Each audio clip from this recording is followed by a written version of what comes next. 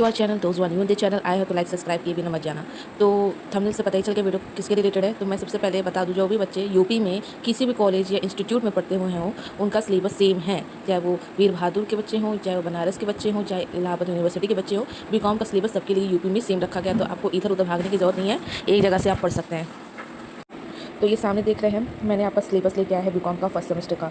तो हम यहाँ पे करने वाले हैं पहला सेमेस्टर। ये जो सेमेस्टर आप देख रहे हैं मैं दिखाने की कोशिश कर रही हूँ, ये वर्क नहीं। सबसे पहले मैं आपका सिलेबस बता दूँ, अगर आपको अपना सिलेबस नहीं पता है तो आप देख सकते हैं सामने लिखा हुआ है। मेरे यूट्यूब वीडियो बहुत सारे बनाए हैं जहाँ पे आप सिलेबस अपना देख सकते हैं। आप बीकॉम एमकॉम जो भी कर रहे हैं, इवन मेरे टेलीग्राम पे अगर जाते हैं ज्वाइन करते हैं तो वहाँ पे सबसे पहले इन्फॉर्मेशन PDF सिलेबस की एवरीथिंग मिलती है वीर बहादुर सिंह रिलेटेड। एनी कोई भी कॉलेज हो, यूपी के अंदर इलाहाबाद का हो, बनारस का हो, इन्फॉर्मेशन वहीं पे मिलती है सबसे पहले। तो जाके वहाँ ज्वाइन करिए। तो विदाउट हम वेस्ट करते हैं टाइम, स्टार्ट करते वीडियो।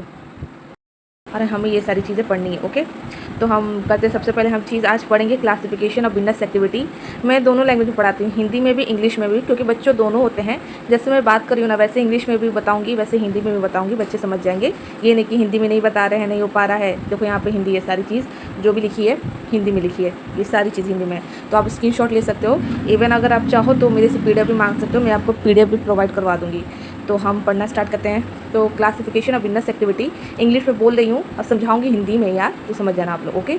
तो बिजनेस एक्टिविटी के बारे में हम एक डिफिनेशन जान लेते हैं जो यहाँ पे लिखा हुआ है। Business activity is refer to all task involve in producing and selling of good and services. Business activity जो कार्य होता है, बिजनेस का, व्यापार का जो भी कार्य होता है, वो एक टास्क उसमें इन्वॉल्व रहता है, जिसमें कि हम प्रोड्यूस करते हैं, सेल करते हैं गुड एंड सर्विसेज का, प्रोड्यूसिंग भी करते हैं और सेलिंग भी करते हैं, ओके।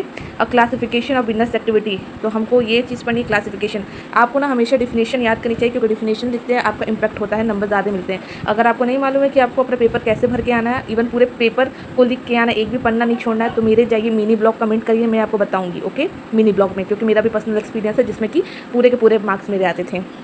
तो यहाँ पे लिखा है सबसे पहले क्लासिफिकेशन में इंडस्ट्री आता है, ठीक। तो इसी तरह आप लिखेंगे, this include all those activity which is related to the production and processing of good.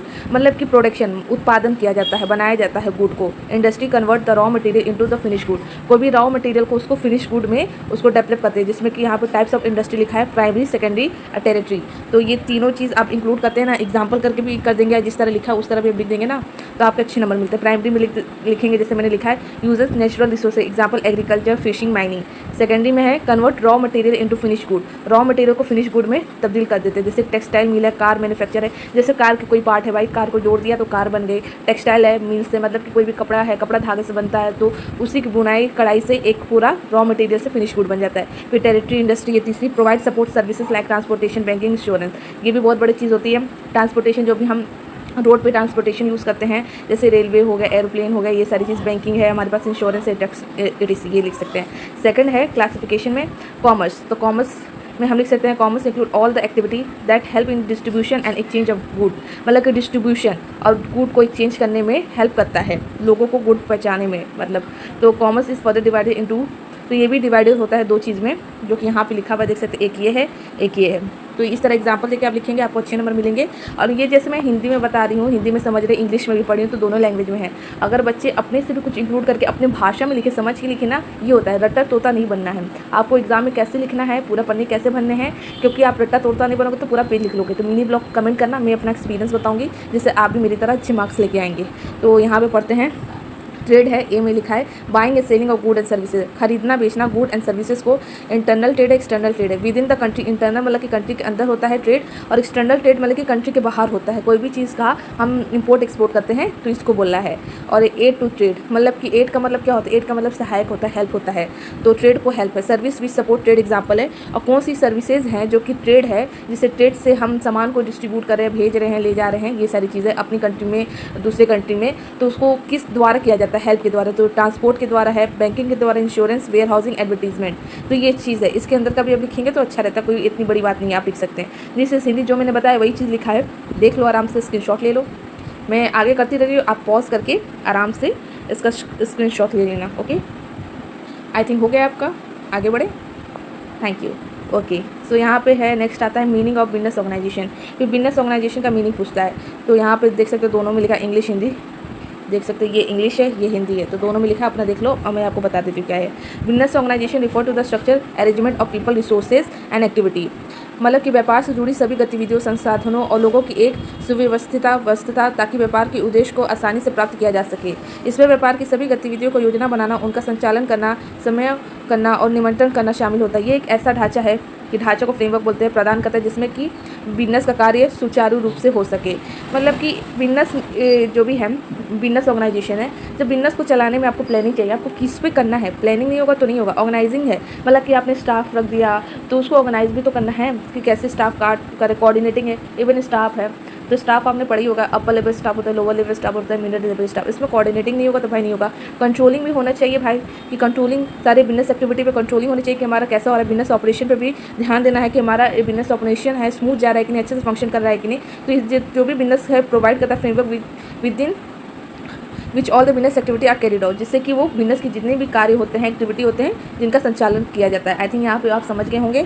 तो नेक्स्ट हम मूव करते हैं। जो सेकंड यहाँ पे हमें पढ़ना है characteristic of the business organisation. आपके तो यहाँ पे ये पढ़ते हैं तो इसमें इंग्लिश में है, हिंदी में भी है। तो हिंदी का अगर स्क्रीनशॉट लेना तो यहाँ पे ले लो। मैं इंग्लिश पढ़ के हिंदी में बता रही हूँ, जिसमें हिंदी इंग्लिश दोनों कंक्लूड हो जाएंगे। ओके, आई थिंक ले लिया होगा। मूव करते हैं। मैं हूँ, मेरा यूट्यूब है, सॉरी मैं 2 मिनट आपका लेना चाहती हूँ कि मेरे यूट्यूब से अगर आप पढ़ते हो, अगर यहाँ तक आके पढ़ रहे हो तो देख सकते हो कि मैं ज़्यादा टाइम वेस्ट नहीं करती, इन्फॉर्मेटिव ही बातें करती हूँ। मैं ज़्यादा झोल माल नहीं करती हूँ और सीधा वीडियो स्टार्ट करती हूँ कि बच्चे इसलिए वीडियो पे आए क्योंकि उनको पढ़ना है। क्योंकि एक टाइम पे मुझे भी पढ़ना रहता था, तो मैं जब वीडियो पे आती थी तो लोग इतना बोल देते थे, पढ़ना बाद में होता था। तो मैं नहीं चाहती कि बच्चे को ये चीज़ का लैक हो, तो इसलिए मैं हमेशा जो भी एक इन्फॉर्मेशन बेहतर रहती है उसको बस बता के अपना वीडियो स्टार्ट करती हूँ। तो प्लीज़ अप्रिशिएट करना अपने लाइक शेयर सब्सक्राइब से। तो यहाँ पे है ग्रुप ऑफ पीपल, सबसे पहला लिखा है business organisation include people working together for a common goal. Business organisation में बहुत सारे लोग एक साथ काम करते हैं कि एक कॉमन गोल है उसको अचीव किया लिया जाए। गोल बिजनेस को कुछ भी हो सकता है, जैसे कि आपने बिजनेस खोला, उसमें बहुत सारे लोग रह रहे हैं, तो उसमें आप गोल रख दें कि इस महीने मुझे इतना सेल करना है, 10,000 का सेल करना है, इतनी ग्रोथ करनी है। इस तरह अगर आप एग्जाम्पल भी देते जाओगे तो बहुत अच्छे नंबर पाओगे। देखो मैं बता रही हूँ हिंदी इंग्लिश दोनों में, तो खुद समझो, मैं बार बार बोल रही हूँ, खुद समझो, अपने वर्ड में लिखना सीखो, यानी कि रट्टा तोता बनो। भले ही इसको देख लो, आप समझना है, पढ़ना है, आप नहीं जानोगे तो कैसे लिखोगे, समझ लो, पढ़ लो, अपने भाषा में लिखो, हिंदी इंग्लिश में जो भी लिखना है उसमें एग्जाम्पल भी कंक्लूड कर पा रहे हो तो this is very better. And इससे आपका पेज भी भरता है और आपको टीचर चेक करेगा, बोलेगा इसने तो बहुत अच्छा लिखा है। सेकंड यहाँ पे आता है common objective. The main aim is to earn profit and provide good services. जो भी है ऑब्जेक्टिव होता है किसी भी बिजनेस का, बिना ऑब्जेक्टिव के बिजनेस चलता ही नहीं है। आपने बिजनेस खोल लिया तो उसका ऑब्जेक्टिव नहीं है पैसा अर्न करना होता है भाई। अगर पैसा ही नहीं अर्न कर रहा तो आपने बिजनेस क्यों खोला। तो इसी तरह इसका भी एक रहता है अर्न प्रॉफिट। भाई जो भी हम व्यापार कर रहे हैं उसमें हमें लाभ कमाना है, ये चीज़ है। Through the provide of good and services. इसके बाद डिवीजन ऑफ वर्क आता है तीसरे पे। Work is divided among the different individual based on skill. जो भी एक बिजनेस हम खोलते हैं तो उसमें कार्य करने के लिए बहुत सारे लोग रहते हैं, ठीक। तो जिनका जैसा स्किल है उनके आधारित पे हम उनको काम देते हैं। जो एडवर्टीजमेंट में बेस्ट है उनको हम वो वर्क देंगे, जो डिस्ट्रीब्यूशन में बेस्ट है हम उनको वो काम प्रोवाइड करेंगे। अंडरस्टैंड। तो इसके बाद है for coordinating all part of the organisation work in harmony. जितने भी पार्ट है ऑर्गेनाइजेशन के एक ही ले में, एक ही तरह में काम करते हैं कि भाई हमें अपना एम अचीव करना है। हेचरी of authority. There is a proper chain of command and reporting. यहाँ पे प्रॉपर चेन रहती है कमांड एंड रिपोर्टिंग की। सिक्स्थ है use of resources. Proper use of the human physics and financial resources. जो भी रिसोर्सेज के बिना हम बिजनेस स्टार्ट नहीं कर सकते। तो यहाँ पे जो भी ह्यूमन है, ह्यूमन मतलब कि लोग काम कर रहे हैं, फिजिकल है, फिजिकल रिसोर्सेज है, फाइनेंशियल है, पैसे रुपए हैं, उसे एक बेटर वे में यूज़ करेंगे, यूटिलाइज करेंगे, जिससे कि भाई हम अच्छा पैसा अर्न कर सकें through the distribution of good and services. And continuity is continue to operate for a long time, not just for the short term goal. एक इसका कंटिन्यूस होना चाहिए, लगातार होना चाहिए। आपने शॉर्ट टर्म के लिए खोला अलग बात है, लेकिन ये लॉन्ग टर्म के लिए होना चाहिए। Flexibility it adjust with the change in the market technology environment. मतलब कि कोई भी बिजनेस अगर फ्लेक्सिबल होता है ना तो वो लॉन्ग टर्म में आगे बढ़ता रहता है। मेरी बातों को ध्यान से सुनना, जो बोली अगर आप अच्छे से समझ जाओगे तो इसका एग्जांपल बना के लिख दोगे। मेरे वीडियो में यही खास रहता है कि मैं आपको टिप्स एंड ट्रिक्स भी बताती हूँ जिससे आप अच्छे बेटर नंबर पा सकते हो। रट्टा तोता की तरह नहीं बनना, अपना समझना है। ये कोई भी टीचर नहीं बताता, बोलता ये बुक पढ़ लो, वो बुक पढ़ लो। मैं आपके लिए एक पूरा सारांश बुक का लेके आई हूँ, सिंपल लैंग्वेज में, हिंदी इंग्लिश, इतने कम शब्दों में 20-25 मिनट में आपको 5-6 टॉपिक कवर हो जा रही है। इससे बेटर क्या है। आप दूसरे के वीडियो में जाओगे 5-6 घंटे लगेंगे। तो प्लीज़ अप्रिशिएट करना मेरे वर्क को लाइक सब्सक्राइब से।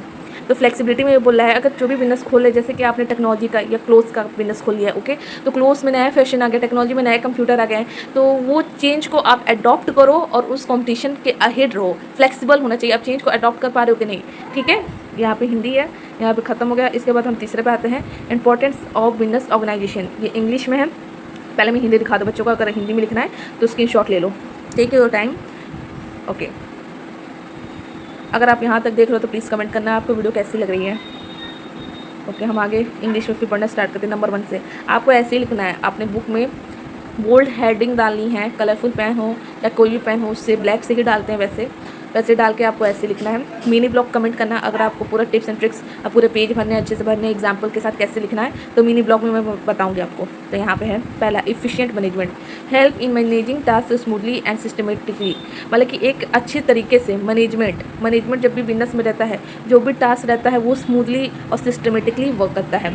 गोल achievement, ensure that business reaches is objective इफेक्टली, ensure करता है कि बिजनेस को जो भी ऑब्जेक्टिव है इफेक्टली पे पहुंच जाए। मेटा coordination, different department and employ work together in sync, मतलब कि डिफरेंट डिपार्टमेंट के डिफरेंट एम्प्लॉय वर्क एक साथ काम करते हैं, सिंक में काम करते हैं कि भाई उनका गोल ही है कि हमें प्रॉफिट अर्न करना है। Specialisation, divided work for expertise which improve productivity, हम कार्य को डिवाइड कर देते हैं एक्सपर्टीज के साथ जिससे कि इंप्रूव होता है productivity. Optimum resources use, utilize और resources in the best possible way, जो भी हमारे पास अवेलेबल रिसोर्सेज है उसका बेस्ट यूज़ करना है जिससे कि हमें अच्छा रिजल्ट मिले। Quick decision making, clear roles and हैचरी हैज द फास्टर डिसीजन, अगर लोगों के पास उनका क्लियर रोल है कि मेरे को इस बिजनेस में ये काम करना है, हैचरी है, तो आप फास्टर डिसीजन ले सकते हैं, इसमें डिले नहीं होगा। Adaptability, can face challenge like competition and change in demand, आप जैसे कि चैलेंजेस फेस कर सकते हैं, जैसे कंपटीशन बढ़ गया, डिमांड बढ़ गई, तो आपको अडॉप्ट करना है, सारी चीज़ को घबराना नहीं है, ओके, जिससे आप उनके अहेड रहें। ग्रोथ एंड एक्सपेंशन, तो फैला होता है, एक्सपेंशन का मतलब फैला होता है, ग्रोथ बढ़ना होता है। A strong organisation structure support long term growth, एक स्ट्रॉन्ग ऑर्गेनाइजेशन है, संगठन जो रहता है वो स्ट्रक्चर जो रहता है सपोर्ट करता है एक लंबे समय का ग्रोथ, ओके। एक चीज़ चलो पहले यहाँ पे करते हैं। फोर्थ है हमारा objective of business organisation, objective है, जैसे आप यहाँ पे आए हैं तो यहाँ पे आपने ऑब्जेक्टिव पढ़ेंगे, इंपॉर्टेंस आपने पढ़ लिया है, एंड कैरेक्टरिस्टिक है। तो बहुत सारे बच्चे रहते हैं, इवन मेरे टाइम में भी होता था कि अरे मैंने ऑब्जेक्टिव पढ़ा, फिर फंक्शन पढ़ा, कैरेक्टरिस्टिक पढ़ा, फ्यूचर्स पढ़ा, सारी चीज़ एक ही रहती है, एक ही शब्द रहता है, बट फिर हायर फिर के लिखा जाता है। तो मैंने, अगर आपको वो वीडियो चाहिए कि आप एक ही टॉपिक पढ़ेंगे, जैसे आपने ऑब्जेक्टिव ही पढ़ लिया है तो उसका फ्यूचर, फंक्शन, कैरेक्टरिस्टिक, इंपॉर्टेंस बना के लिख सकते हैं, बस कुछ शब्दों को हेर फेर करके, जिसमें कि जैसे कि डायनेमिक एक सब्जेक्ट है या रिक्स है, तो रिक्स को ही आप इंपॉर्टेंस में भी लिख सकते हो, फ्यूचर्स में भी लिख सकते हो, कैरेक्टरिस्टिक में भी लिख सकते हो, बस शब्दों को हेर फेर। अगर वो वैसा आपको जानना है तो कमेंट करना मिनी ब्लॉग, तो मिनी ब्लॉग में मैं ज़रूर आपको बताऊँगी। तो आपको ज़्यादा मेहनत करने की ज़रूरत नहीं पड़ेगी, एक ही 5-6 टॉपिक पढ़ के उसी का शब्द को हेर फेर करके सब में ऑब्जेक्टिव में, फंक्शन में, इंपॉर्टेंस में, फ्यूचर्स में लिख सकते हो। तो यहाँ पे हम पढ़ते हैं ऑब्जेक्टिव ऑफ बिजनेस ऑर्गेनाइजेशन, तो यहाँ पे उसके बारे में लिखा हुआ है, दिखा दूँ मैं ये सारी चीज़ें। अगर आप इस तरह भी हेडिंग देख लिखते हैं ना तो अच्छा रहता है। यहाँ पे लिखा है the objective of business organisation और द गोल और aim that is want to achieve through its activity, जो भी ऑब्जेक्टिव बिजनेस का रहता है, ऑर्गेनाइजेशन का रहता है कि गोल है, ये जो भी एम है हमारे कंपनी का, हमारे ऑर्गेनाइजेशन को अचीव करना है थ्रू एक्टिविटी करके। Business organisation do not work without purpose, कोई भी संगठन बिजनेस का काम नहीं करता बिना किसी पर्पस के। The main aim to earn, इसका मेन काम रहता है कि अर्न करना है, प्रॉफिट कमाना है, ग्रो करना है, सर्व सोसाइटी को अपना काम देना है, and survive in long term run, एक लंबे समय में दौड़ लगाना है, ठीक। तो यहाँ पे टाइप्स ऑफ ऑब्जेक्टिव है। फर्स्ट है economic objective, so this objective can be related to profit and financial growth, ये जो ऑब्जेक्टिव है related to profit and financial growth. तो इसमें 3-4 चीज़ दी है, इसी तरह करके लिखना। मैंने ब्लू में हेडिंग दी है, ये सारी चीज़ है, इस तरह करके लिखना। प्रॉफिट अर्निंग है, main aim of any business is to earn reasonable profit. Production and sales of goods and services, to produce quality of good and sell them to meet demand. Creation of customer, to attract and satisfy customer or repeated sales. Innovation, introducing new product technology और ideas to stay competition। ये सब जो भी चीज़ है कि हमें profit भाई कमाना है, लोगों को, कस्टमर को सेटिस्फाई करना है, अपने गुड एंड सर्विसेज से कोई रिपीटेड कस्टमर बने। हम इंट्रोड्यूस करेंगे नए प्रोडक्ट टेक्नोलॉजी को, आइडिया को, कि हम कंपटीशन का अहेड में रहें। प्रोडक्शन करेंगे गुड एंड सर्विसेज को, अच्छी क्वालिटी का गुड एंड सर्विसेज को करेंगे, जब हमें डिमांड इंक्रीज होगी, प्रॉफिट बनाना है, ये सारी चीज़ें, ओके। फिर सेकंड आता है सोशल ऑब्जेक्टिव। सोशल ऑब्जेक्टिव में लिखा है this objective focus on welfare of society, ये जो है ना वेलफेयर ऑफ सोसाइटी के लिए काम करती है, सोसाइटी के हित के लिए काम करती है, सॉरी फॉर द साउंड। तो यहाँ पे भी 5-6 टॉपिक है, हेडिंग है इसके, तो इस तरह आप करके लिखना, आपको अच्छे नंबर मिलेंगे। Supplying quality of product at reasonable price, हम सप्लाई करेंगे क्वालिटी प्रोडक्ट्स, क्वांटिटी पे ध्यान मत दो, क्वालिटी पे दो, रिजनेबल प्राइस पे देना। Avoiding harmful practices, no black marketing और हार्डिंग, कोई भी ब्लैक मार्केटिंग ऐसी चीज़, हार्मफुल प्रैक्टिसेस का नहीं हम प्रमोट करेंगे। Employment generation, giving job to people, हम लोगों को ऑफकोर्स जॉब क्रिएट करेंगे। Environmental protection using eco friendly method, कोई भी चीज़ हम कार्य बना रहे हैं, कार्य कर रहे हैं तो इको फ्रेंडली मेथड होना चाहिए। Fair treatment to the worker, ensure safety and respect for the employ, हर एक वर्कर के साथ एक सेम तरह का व्यवहार करेंगे, ये नहीं कि ऊंच नीच करेंगे, ठीक, उनको अच्छे से सेफ्टी प्रोवाइड करेंगे। एंड थर्ड आता है human objective, this are related to the development of well being of employ कि एक ये किसकी डेवलपमेंट करना है, एक एम्प्लॉय का बेटर वर्किंग कंडीशन होनी चाहिए, उनका ट्रेनिंग एंड डेवलपमेंट होना चाहिए। जब ट्रेनिंग होगा, उनका डेवलपमेंट होगा तो अच्छा काम करेंगे। फेयर वेजेस इंसेंटिव, अगर उनको वेजेस, पैसा, इंसेंटिव ये सब दिया जाए तो अच्छा वर्क करेंगे। जॉब सेटिस्फेक्शन, जहाँ पे भी वो जॉब करें, जैसे भी कर रहे हैं उनको सेटिस्फाई करना है कि वो अपनी जॉब से सेटिस्फाइड हो तो अच्छा वर्क करेंगे। फिर नेशनल ऑब्जेक्टिव है to contribute to the development of the nation, contribute करना है हमें नेशन के डेवलपमेंट के लिए, जिसमें कि लिखा है इंक्रीज इन नेशनल इनकम को बढ़ाना है, सपोर्ट गवर्नमेंट पॉलिसी, सपोर्ट करना है भाई गवर्नमेंट की जो भी पॉलिसी आती है। Help in balance regional development भी करना है हमें, एक्सपोर्ट प्रमोशन भी अपना करना है। फिर 5वां है global objective, it is the modern era business also aim to have a global presence, standard quality of product, respect for the international law, export international trade code. अब यहाँ पे हिंदी है, आप देख लो, आप पॉज करके आराम से ले लो। अगर आप कमेंट करते हो PDF तो मैं आपको इसका PDF यूनिट का फर्स्ट का पार्ट 2 का PDF दे दूँगी। अगर आपने पार्ट 1 नहीं देखा है तो वहाँ पे भी जाके देख लेना, अपने दोस्तों को भी शेयर करना। I hope you like the video. इतने कम वक्त में, इतने कम शब्दों में, इतने सरलता से जो मैंने हिंदी इंग्लिश में समझाया है, इतना टाइम लेके आपके लिए बनाया है, तो please appreciate my work. This is done, I think you done guys, see okay. So यहाँ का अभी एंड करते हैं, नेक्स्ट पार्ट ले करते हैं। जल्दी से जल्दी हम यूनिट 1 ख़त्म करना है, यूनिट 2, 3, 4 भी बच्चे वो भी कंप्लीट करना है। अगर MCOM BCOM का कोई भी आपके दोस्त फ्रेंड है, उनको भी जानना है, पढ़ना है, तो उनसे बोलना, मैं अपना यूट्यूब पे बनाती हूँ, वो भी आके चैनल पे देख सकते हैं। थैंक यू फॉर वॉचिंग, तब तक के लिए बाय।